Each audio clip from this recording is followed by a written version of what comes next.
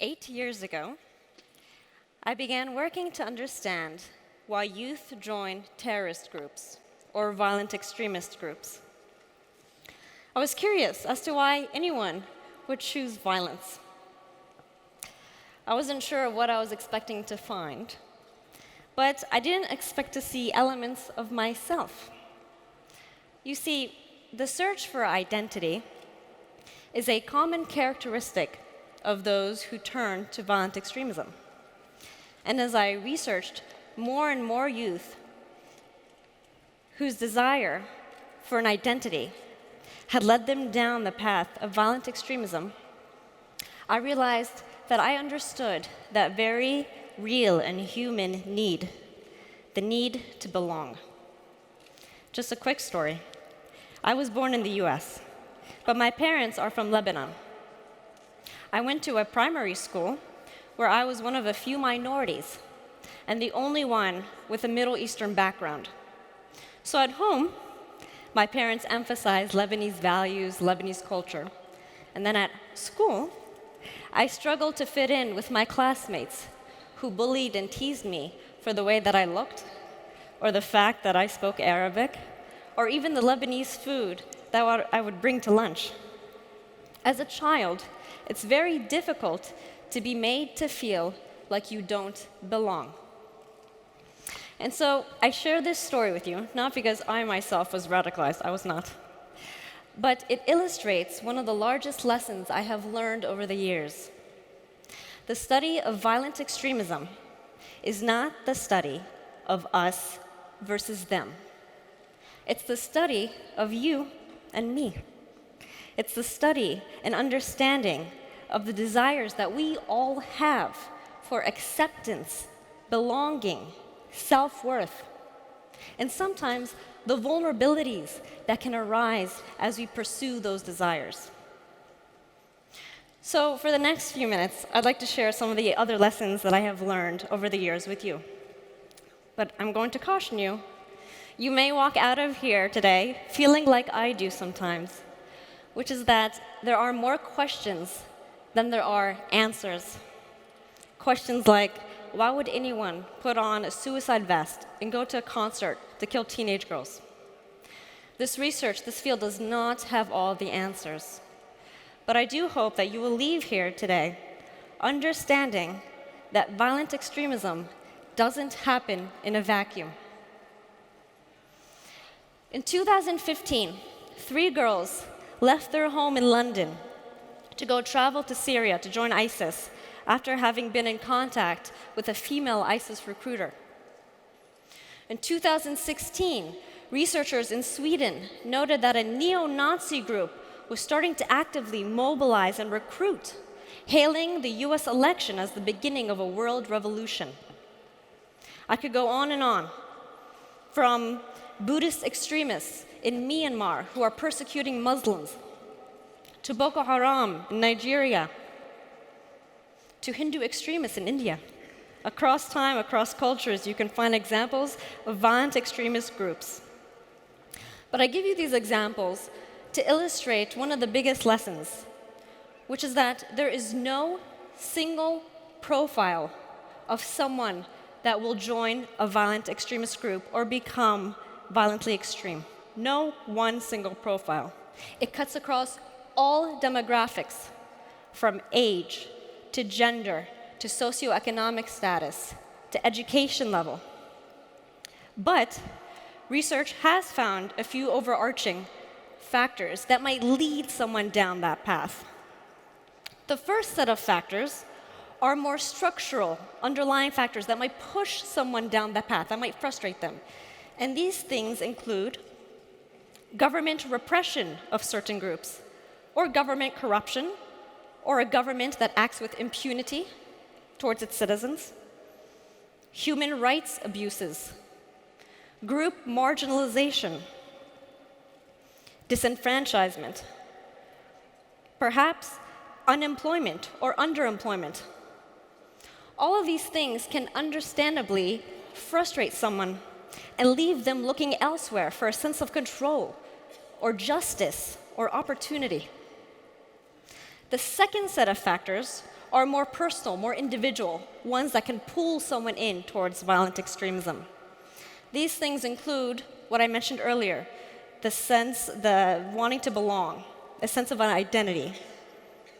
Perhaps wanting to impress your peers or your friends, or you might even be recruited by your friends, or even the search for adventure. Now, those who are recruited to violent extremism, it's never, these factors aren't mutually exclusive. It's always a combination. The structural factors that combine with their personal grievances and then enabled by peer networks. So using these factors, maybe we can apply them to the 2 case studies I mentioned earlier, so we can see where things went wrong. In the case of the 3 girls from London, records show that they were experiencing a few different things. Now, it should be noted, these 3 teenage girls, they were excellent students. They were mentors to other students in their class. But they were the children of immigrants. Their families were from Ethiopia and Bangladesh. And so as first generation, they were struggling to uphold their culture, yet still exist in UK society. And records show that they were also experiencing Islamophobia in their wider community. At the same time, they were increasingly becoming aware of the situation in Syria and wondering why no one was intervening to help. They were in turn turning more to religion, both as a way to claim that religiosity as young females and assert themselves as young feminists. And then it appears that perhaps one of the final straws is that they became in touch with a female ISIS recruiter who reached out to them and painted this utopia of ISIS and what they were doing in Syria, saying that they could come and choose their own husbands and have a hand in building families and building ISIS society. Now, in the case of the neo-Nazi, we have a first-hand account of an Australian man named James, who years ago was recruited. As James tells it, early on in his childhood, he was bullied. And so he turned to drinking and drugs as a way to cope. That then led him to meet other teenagers doing the same thing. And they were approached by an older man who was a neo-Nazi. And he regaled them with stories of adventure and crime and violence. And then he started bringing them to neo-Nazi rallies. And it was at these rallies that James heard the neo-Nazi propaganda, that victimhood narrative, that all of the issues he was facing, all the suffering he was facing, it was not his fault. He had no role to play. He didn't have to take responsibility. Not only was it not his fault, it was the fault of non-whites. They were the cause of his suffering. And he could have a hand in the solution. He could help get rid of non-whites. So using these 2 case studies, you might be able to see along the path where things were going wrong. Or you might be thinking to yourself, well, all of us have less than perfect childhoods. Not everybody, has a perfect childhood where they're well-adjusted, where they're not teased, and not everybody turns to violent extremism. You're right. So how does the process of extremism and then to violent extremism even happen? Generally, it starts with a grievance. And this grievance can be any number, one of the things that I mentioned earlier. When you're feeling frustrated, you're feeling excluded, you're feeling marginalized, like you're not part of your society. And it leaves you wondering, why? Why am I suffering? Or why is the group that I am a part of suffering? Now, you may know from other contexts, human beings are very hardwired to reject uncertainty and ambiguity. We don't like it. We need structure. We need order. We need answers. And so here you have what psychologist Aryeh Kriglansky calls cognitive closure. In the face of uncertainty, in the face of ambiguity, we seek answers, clarity, and closure as quickly as possible.